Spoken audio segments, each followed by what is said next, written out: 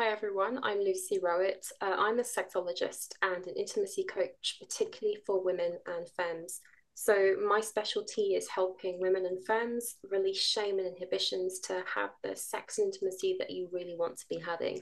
I particularly love working with women and femmes from faith backgrounds where it's really impacted their ability to enjoy sex and enjoy pleasure. And I also love talking about issues around body image, shame, orgasms, and pleasure for women and people with vulvas. In your experience of working with so many women, is there anything in particular that you've seen as a recurrent theme or struggle that a lot of women work with and deal with that's blocking them from having a sexually fulfilling and whole life?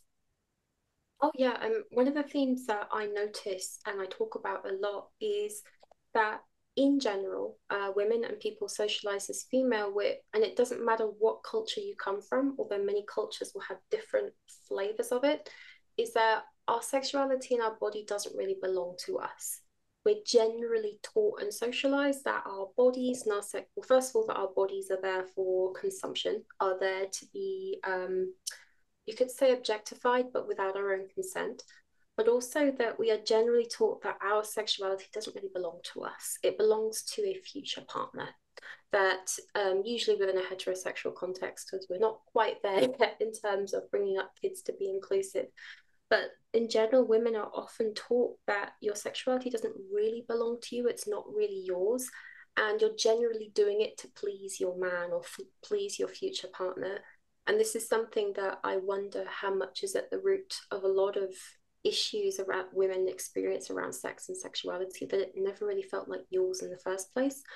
But also remembering that for most women and femmes, we're generally socialized also to be people pleasers and to be appeasing. And this absolutely shows up in our sex lives and our relationships and intimacy, where so many women and femmes struggle to ask for what they want because they're so scared of rocking the boat. So these are some things that I see. Interesting. It sounds like you're saying a lot of women struggle with really owning their own sexual identity and exploring that and, yeah, owning that for themselves and Yeah. making it less about what a partner wants or society maybe wants. Yeah, and I'm a millennial. I'm 34 now, and I still remember, a lot of women's magazines from maybe 10, 15 years ago. And I love women's magazines. I do a lot of media work with them. But 10, 15, 20 years ago, so many of the articles and advice was around how to please your man, how to keep your man, how to satisfy him in bed, how I don't know, not to let him dump you or something like that. And so we can't ignore that impact of socialization on us. And that's not to mention other different cultural factors, religious factors, racial factors. It all compounds. And for many women and femmes, there's a very real political danger there in owning our own sexuality. So we have to be aware of that as well. What role do you believe connection plays in our sexuality and our intimacy? So I can't remember who said this, but it really rang true for me in that probably saw it on Instagram by some other great sex therapist or coach, in that in many ways there's no such thing as like emotionless sex. We all have sex and intimacy, even if it's a hookup, even if it's masturbating, because we want to feel something. I want to feel euphoric. I want to feel excited. I want to feel release. I want to feel loved. I want to feel accepted. I want to feel desirable. Many, many different things. We want to feel something when we have sex or when we masturbate. And at the root of that, you know, I I really believe and I know that as humans, we are hardwired for connection with each other. And that doesn't just have to be sexual connection, it's literally, I say, physically connecting. And in the world of somatics, we call it co regulation. We are literally hardwired for connection with each other. And I do wonder when it comes to, oh God, I don't want to say today's society or whatever, but with so many of us being online, especially since the pandemic, a lot of us have lost that maybe ability in how to connect with each other and with ourselves and with our own bodies. And especially with the women and femmes that I work with, I often think that connection with your own body and your own sexuality needs to be there first. Ideally, I mean, it's kind of wibbly wobbly. It doesn't have to be clear cut, but we need to have some awareness of that connection with ourselves and our bodies to really be able to enjoy sex with a partner rather than feeling that we have to perform or, I don't know, come for them. That's my opinion.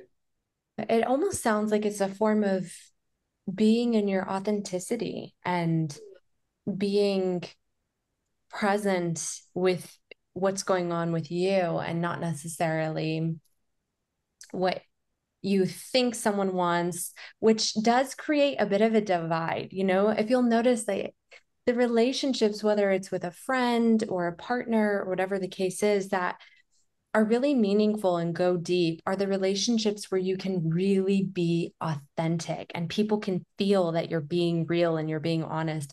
When you're being something you're not, I think people can feel that too. And it's a bit Yeah. of a turn off. Yeah.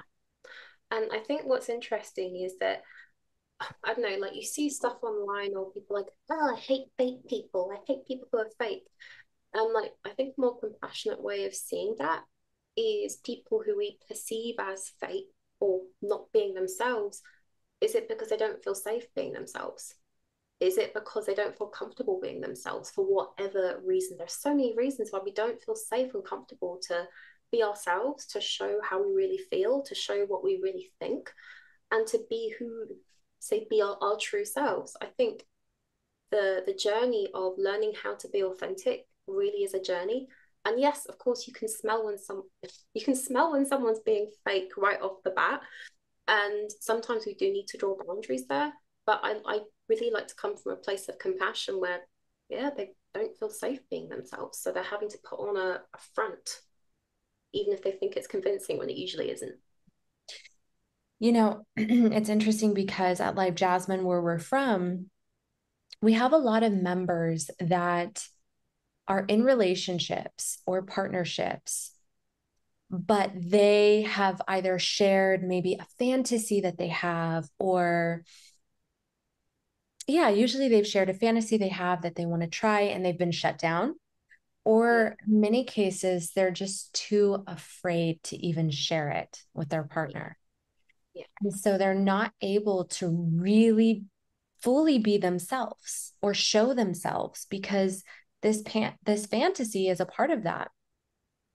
And so what we found is that a lot of members will come to LiveJasmin and almost feel safe to fully be themselves because they don't know the person. They don't really know yeah. the model, and the model doesn't know anyone in their day to day life. So it almost creates this dynamic that's really interesting because the person feels safe to just be themselves.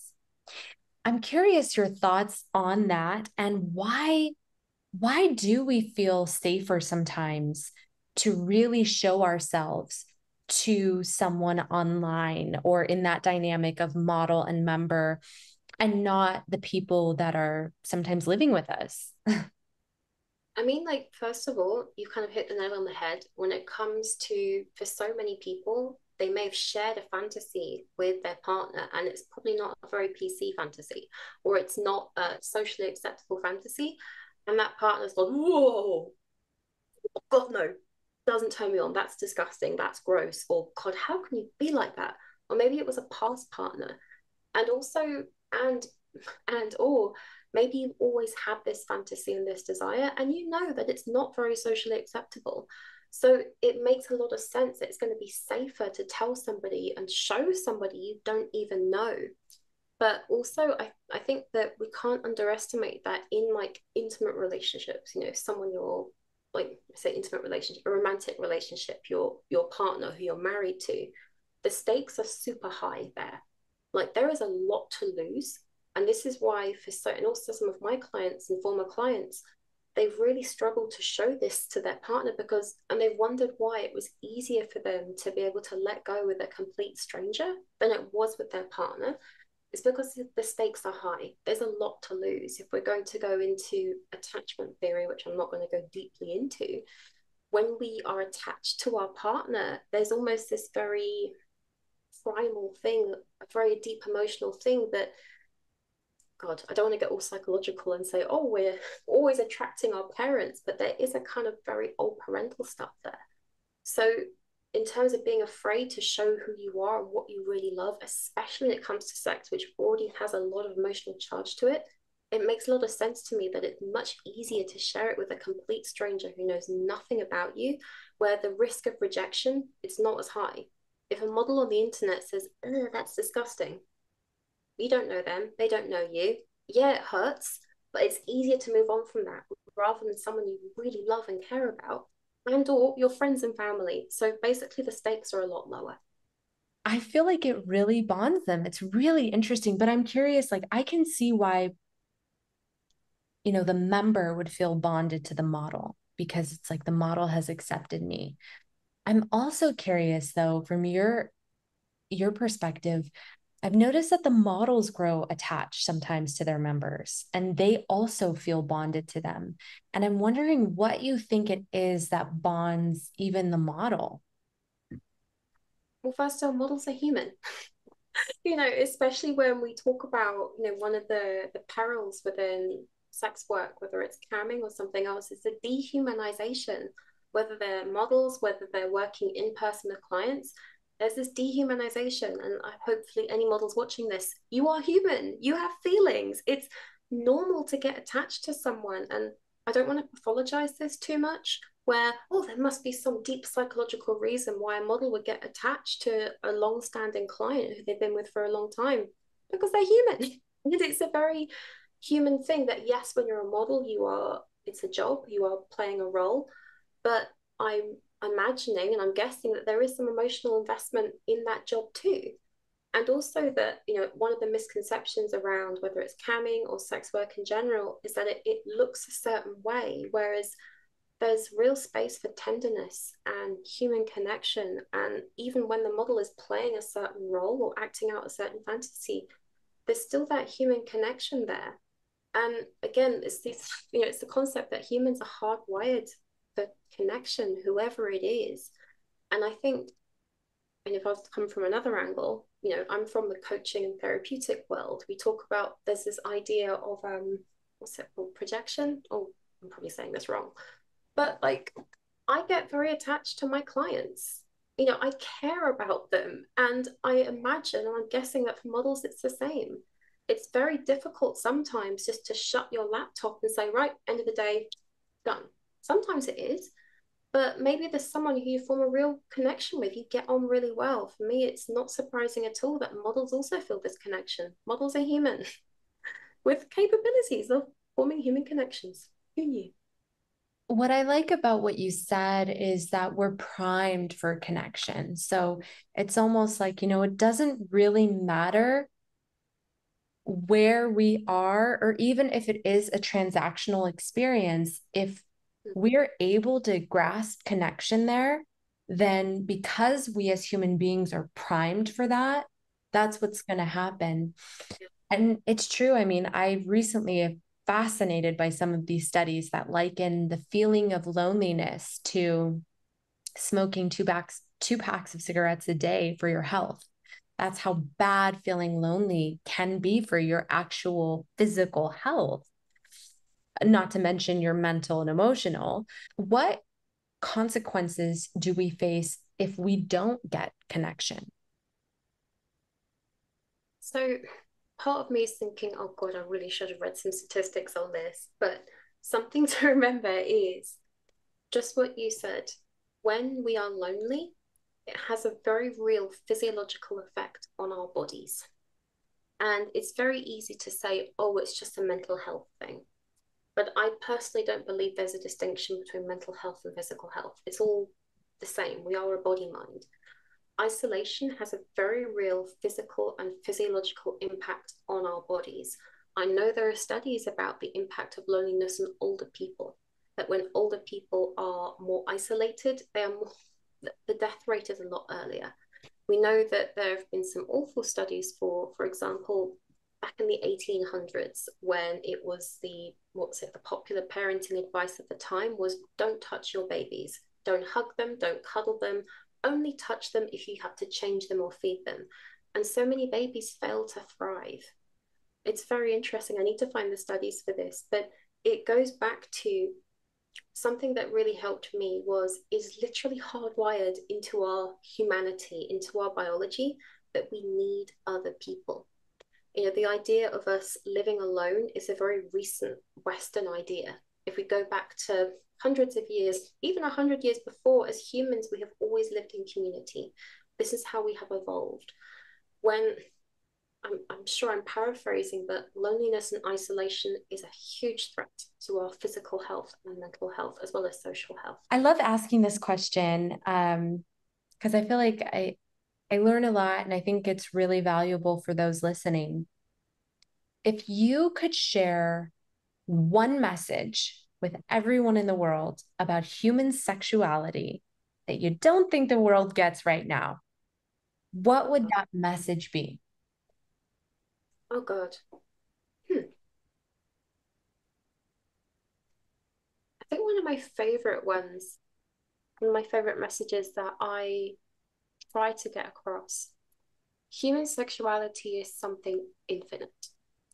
And we have been taught through various different means that our sexuality needs to fit into a tiny box, usually cisgender, heterosexual, married sex, vanilla, man on top, woman on the bottom, in general. And actually, our sexuality as humans is far bigger than that. It's far bigger even than just working with our genitals. And I really would love and I want more of the world to see that and to explore that our sexuality and our eroticism is in many ways infinite. And the more we can embrace that what is counted as normal or healthy is such a tiny restrictive box, even for people who identify as vanilla. Like, no, I just like normal sex. Actually, our eroticism and our sexuality, our sensuality, they are so much bigger than that. And the more we can embrace that in ourselves, the more we can embrace that in others. I don't know if it were aiming for world peace, but I think it would go a long way. I love that. Go a long way with a lot of the very restrictive and awful legislation and laws happening right now. Yeah, absolutely. The next question I have for you is if there's a piece of research that you've seen throughout your career that just always kind of stuck out to you as so interesting or unique, it just kind of stuck in your mind. Mm. That's interesting or fascinating. Yeah. The one thing that's coming to my mind is I'm a really big fan of the work of Dr. Nicola Prowse or Dr. Nikki Prowse in her research around porn and debunking a lot of myths and misconceptions around porn. And I'm trying to think, I mean, I'm a big fan of any research she puts out, but one of them was around, if I can remember it correctly, that couples or folk who watch porn regularly are more likely to be more open-minded, are more likely to be more accepting of their partners, are more likely to have more bonded relationships. And this flies in the face of a lot of conventional stuff we've been taught around porn, which comes from pseudoscience anyway. So that is one of my favorite that always sticks out with me. Very interesting. It's interesting because it's almost that data almost suggests that there is something about porn or just maybe engaging in an outward sexual experience with your partner that's actually very connecting and bonding. Yeah. And like the way I see it, it's like, you know, when it comes to the topic of porn, which is a really big divisive topic, there's pros and cons, there's shadows and light to everything. One of my colleagues, he said that if we think about the world of porn, it's like a library of the human sexual subconscious. Pretty much the whole human sexual subconscious now exists on the internet. And there's stuff that may be more challenging to watch and stuff that's not okay and stuff that's, oh God, I didn't realize that. I know, it's a real food for thought. And I can't remember where I'm going with this, but it gives me this,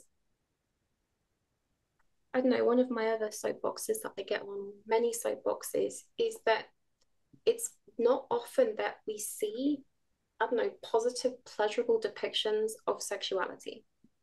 If you think about it, it's always hidden behind some sort of curtain. One of the reasons that people watch porn, apart from just wanting to get off, which is a completely valid and normal and healthy human experience, is just to see, like in real time, people doing sexy things with each other and looking like they're enjoying it. We don't have enough positive, pleasurable depictions of sexuality. It's not enough to say, don't do this, don't do that, this is bad, consent violations. That's not enough. We need to see positive, pleasurable depictions of people doing sexy things. And also, I don't know, it gives me sometimes just normalizing that this is a thing. For so many people, watching porn is a way, and also interacting with models, it's normalizing. This is a thing. What I am turned on by is a thing, and it's okay. And within the right context, I'm allowed to enjoy it. We need to have more normalization of getting turned on and it being okay to be turned on, it being, I want to say, good to be turned on within certain contexts. We need more of that. And when we come from a world and a culture, no matter what culture you come from, they're all pretty sex negative in don't do that, don't do that, don't do that, sex is bad, sex is bad. We need that balance. Yeah, absolutely. I feel like you just gave permission for people to be turned on and experience pleasure because it is interesting, actually. It really is interesting that because it's such a young age, we're almost instantly kind of taught that that sex is taboo and in some cases really bad, down to, let's say, a sexy scene comes on a movie and your parents are there and they cover your eyes. It's like, oh, okay, I'm not supposed to engage in that. Okay. Or, I heard Jada Pinkett on her show, the Red Table Talk, they discussed the fact that even the programming of calling your private parts private, I know. that is in your subconscious. Yeah. Or giving it a nickname. One of my was it's not meant she's one of my favorite sexologists with Laura Doe Harris, and she, I don't know if she still does it now, but she was doing this show called The Vaudeville of the Vulva, which is like a kind of comedy sketch show around normalizing vulvas, fannies. And one of the parts she plays, she says, "You don't call your nose your pointy thing on my face. You don't call your elbow your there, that thing. You call it what it is. So why aren't we doing the same with our genitals? When you call your vulva you're calling your penis his thing. Again, it's going into your subconscious that this part of your body, which is a normal part of your body, like any other part of your body, is somehow we don't talk about it. I even see it to the point where, if you, I mean, certainly in the UK and more, I don't know, Anglo-centric cultures, if you're in a swimming pool and you're in a changing rooms, even if it's single gender, so women's only, so many women will cover themselves up. I've got to cover up my naughty bits, usually my breasts and my fanny, my vulva, my fanny, whatever. And again, I just see that as these parts of our body are somehow naughty, bad, wrong. And girls learn this so early. I've got to cover up. This is why I take real issue with a lot of rules around modesty and how we dress, because I believe that it sends, again, this message to our subconscious that these parts of our bodies are somehow more dangerous than other parts of our bodies. And that does not bode well for a healthy sexual relationship. I want to go back to that line that you gave earlier that the internet, so porn is our collective subconscious. Is that what it was? So I didn't, this was by a colleague of mine called Galen Faust, and he talks a lot and works a lot with the taboo, with clients who have fetishes and kinks that a lot of other therapists have shut down and said there's something wrong with that, it's childhood trauma. And he was the one who said, and I love this, he said, if we think of all the porn that exists online, and literally you can find a porn for anything online, the internet is a wild place. And of course, you're going to find porn that is exploitative, that is non consensual, that is featuring really shady human behavior. And you're going to find, you go to most porn sites, you type something in, you will find it. And it's this idea, and this is what I was kind of really drummed into me in my training. The human sexual subconscious, first of all, is infinite. Second of all, is really weird and wild. And that's okay. The human sexual subconscious, I mean, I'm not a hypnotherapist, but any therapist who talks about and works with the subconscious will also say our subconscious minds are a weird and wild place. Our sexual subconscious is no different. And so I think of that as a way of maybe relating with the world of porn if you feel uncomfortable with that. That what we see on, I say what we see on porn, I don't want to generalize the world of porn, it's very, very varied. But what we see and what is available online is kind of a reflection of what exists in our subconscious or a collective subconscious already. Some of it is not good, but that's also part of being a human. Humans have darkness and we have light. And there is that need to have discernment about what you consume. At the same time, this is what I see. Mm-hmm. Very well said. Slut shaming and whore shaming and whorephobia. Whorephobia is a term that's used, has existed for centuries. And we have to be aware of that. I think it's important to put it in context. I have a really awesome friend and colleague called Dr. Kate Lister. She's a historian, particularly of sex work. She has this amazing book that's on my shelf called Whores and Hackabouts, which is a really, I love it because it's like a coffee table book with loads of pictures, kind of an exploration into the, you could say, the history of sex work. And it's more skimming the surface. It's not like a really in-depth academic book. But one of the key takeaways I took from this book, slut shaming and whorephobia is nothing new, sadly. And maybe as a society, I'm hoping that we're starting to edge more away from that. But this stuff is very, very old. This idea of seeing a woman who is fully embracing her sexuality and her sexual power and her body without shame, shamelessly, that is inherently triggering for a lot of people. And ideally, in an ideal world, which we don't live in, we would be able to sit with those triggers and be like, why does this trigger me so much? What does this remind me of? Where am I feeling insecure around this? What's this bringing up for me? But we don't live in an ideal world. And so what has happened over many, many centuries is because it's triggering for so many people, let's legislate the hell out of that. Let's shame them. Let's say this, let's say that. This is something that, like, one of my former mentors, Dr. Paddy Britton, who trained me as a sexologist. I interviewed her. She's awesome. So, you know, she's probably said before, like, sex is a lightning rod topic. Like sexuality, it brings up stuff. That's my technical definition. It brings up stuff. It evokes stuff within us. And ideally, we'd all have a space where we could process what the hell that brings up for us, but we don't. And especially, you know, in my own work and my own social media, I talk a lot about religious shame and conditioning because that's where I personally come from.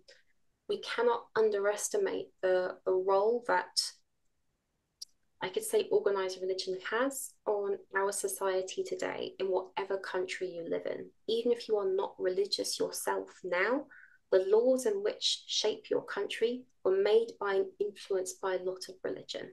So really need to take that into account, especially, you know, in terms of the history of sex work and whorephobia. Religious intolerance and dogma have gone hand in hand. We really need to be aware of that. What are your thoughts on AI and sex tech and its very fast, rapid emergence on the scene? That's a big one. I mean, there's a whole school of thought around digisexuality, which is using technology, how we interact with technology and our sexuality. I think I have many, many thoughts on it. First of all, we need to be really careful where our own biases lie. It's very easy to say, oh, it's all bad, it's all artificial, it's all wrong, we're taking away from real human connection. And yeah, there's an element of that there. But one of my favorite, I don't know, quotes or anecdotes is a lot of human technology kind of has come from either porn or sexuality. You know, even for example, YouTube and tube, what's it, tube websites. And also remember that in the history of humanity, humans have looked at something and thought, how can I fuck that? If we think about it, it makes no difference and it makes complete sense that with the rise of AI and new technology, humans are going to find a way to sexify that. And that's a normal part of being a human. At the same time, I do think we need to be aware because of how fast this technology is moving. As humans, our brains and our nervous systems are still, I don't know, millenniums behind. I think we need to have space to be able to adjust to that and also figure out for ourselves how we feel around that. You know, another mentor, she reminded me that when it comes to social media, our brains and our bodies are not designed to take in the amount of information that we're being presented with every day, you know, through our smartphones. This is not bad. This is not wrong. We just need to be aware of that. And especially when it comes to, I know, sex tech and AI, we need to remember that our brains and bodies are not designed to take in this level of stimulation all the time. This does not make it bad or wrong. We just need to be aware of that. We need to have a lot more nuanced conversations around this and spaces to process that and acknowledge the pros and the cons rather than rushing to be afraid of AI. It's terrible. We're all going to be having sex with robots and we're all going to be living on a screen, isolated from each other. I think we need to have a bit of nuance with that. That's my thoughts. I think that's well said. Yeah, you bring up a point that it's true. I haven't thought about it or heard of that way yet, which is that remember what we're physiologically designed for and just be aware that some of these things, you know, our bodies may not process Yeah. completely, right? Yeah, and like I don't, for anyone watching this, I don't want us to fall into this naturalistic fallacy, which really exists, especially in the wellness world and the alternative world, that anything tech bad, anything natural good, we really need to move out of that. Remember, humans have always looked at something and thought, how can I fuck that? How can I sexify that? Humans like to look at things to get turned on. This very basic thing that it is normal to be turned on by something, to look at something and feel horny. I think especially if you're a therapist, a coach, a practitioner, whatever, be aware of that bias within yourself, where it's pathologized that to be turned on by seeing things, it is okay to be turned on by things. It's even okay to get off to things, God forbid. And it's this pathologization of somehow turn on and I talked about how women are often objectified against our own will, but it is also a very normal thing to objectify somebody and something. Yes, we can do this with care and concern and respect, but we need to be aware that this is also a very normal human thing. We get into really sticky territory when we come from a place of getting of what it isn't and isn't okay to be turned on by. Remember that human sexuality is infinite. There are so many things that humans get turned on by. We really need to be aware of our own biases here, or when we're projecting when something is normal, when something is healthy, or I don't know, I think the word trauma is the buzzword online at the moment, when something is a trauma response. Could be, may not be. We need to stop traumaifying everything, if that's a word. Traumaifying. Yeah, no, it's true. That is actually one of the buzzwords, and Yeah. the impacts of that may not be the greatest. No. Pathologizing what is a very normal human experience sometimes. Again, remembering that humans are hardwired for connection. It is, I mean, I can't remember who I'm quoting here. It might be Gabor Mate, who's seen as a renowned expert on trauma. And he says that often the antidote to addiction, or what we perceive as addiction, is connection. It doesn't matter how much you want to live on an island by yourself. Maybe you're an introvert. Maybe you have limited social capacity, and that's completely okay as well. We still have that need for connection somehow. either to another human, to ourselves, connection to something. And we also need to not pathologize this need for connection. Again, in a lot of kind of self-help memification and a lot of self-help culture, you can fall into this trap of the idea of self-help, that we have to all do it ourselves, that you should love yourself enough, and self-love should be everything. And we also need to be mindful of that. Humans are hardwired. We need connection. It's an essential human need. You are not wrong. You're not mentally ill. There's no moral failing for you if you really need, when you really need human connection, especially when it comes to your sexuality. Something that I really believe in affirming is your full sexual self, which is part of you. It's not something we have to shut off or divorce or split off. And when you are with somebody or in an environment that fully and joyfully celebrates and affirms your full sexuality, I think that is incredibly healing and potent and medicinal and everything. We need more of that. Amen. I mean, how many spaces do we even have where we're allowed to talk about sex? It's just, it's just like a couple of friends here, maybe, if you're lucky, a couple of people there. I think we would go such a long way in, I don't know, helping with sex issues, intimacy issues, body image issues, relationship issues. And I'm a big fan of coaching and therapy, and sometimes the most therapeutic healing thing you can do is be in a space with other people, whether it's virtual or in person, where they're affirming the hell out of your sexuality and your relationships. Sometimes, and I can see you nodding, I know for myself, sometimes I've had more breakthroughs and more healing personally for myself, and also when I've facilitated groups, through hearing other people's stories and having other people witnessing me, than years and hours of therapy or coaching, especially when it comes to our sexuality. And I do think that that has been part of the major success of the camming industry, or just, the sexual content industry, is people feeling like they're being witnessed in their sexuality and they're being accepted in their sexuality. That is such a need for people. And it's so healing, like you've said. It feels so incredible that, yes, that has created what we now have as a multi-billion-dollar industry, because people are willing to pay for this. Yeah. What I see is so many of us come from a space where we've had to kind of divorce our sexuality. We've had to compartmentalize it.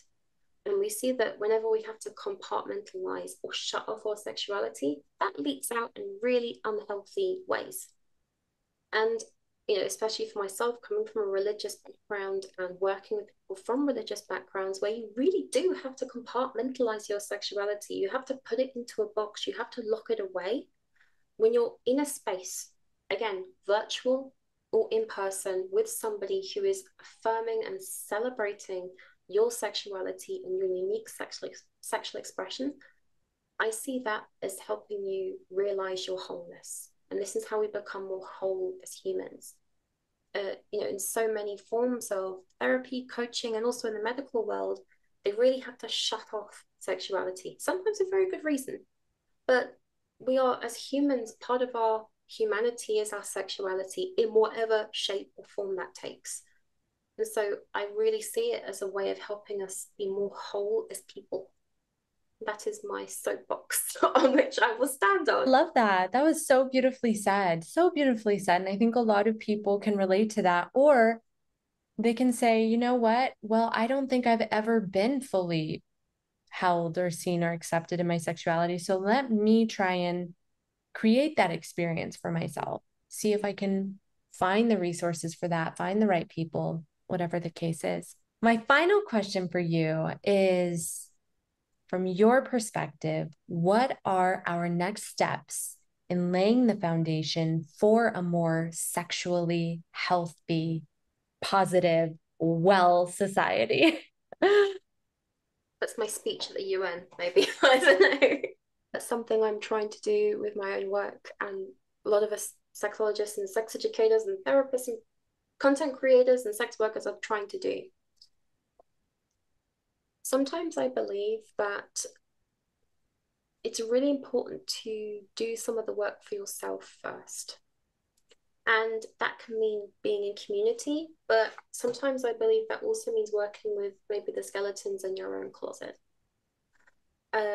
I believe that when we start to do more of the work within ourselves, or working on our own relationship with our sexuality and our pleasure, it inevitably ripples out to the people around us, in the conversations that we have, in the people that we influence. And at the same time, I do believe in being politically aware. Be aware of wherever you live, what laws that are made and who are passing those laws, because that has a big impact on our own sexual rights and our sexual freedoms. On a really practical perspective, it can be following more sex positive accounts on social media. They need your support right now because of the constant banning and censorship. Finding more sex positive folk online, and that's a really digestible way to re educate yourself and to learn different things. Beautiful. Thank you so much. Thank you. That was really fun and lovely. Yay. I felt connected. I felt connected. I love it.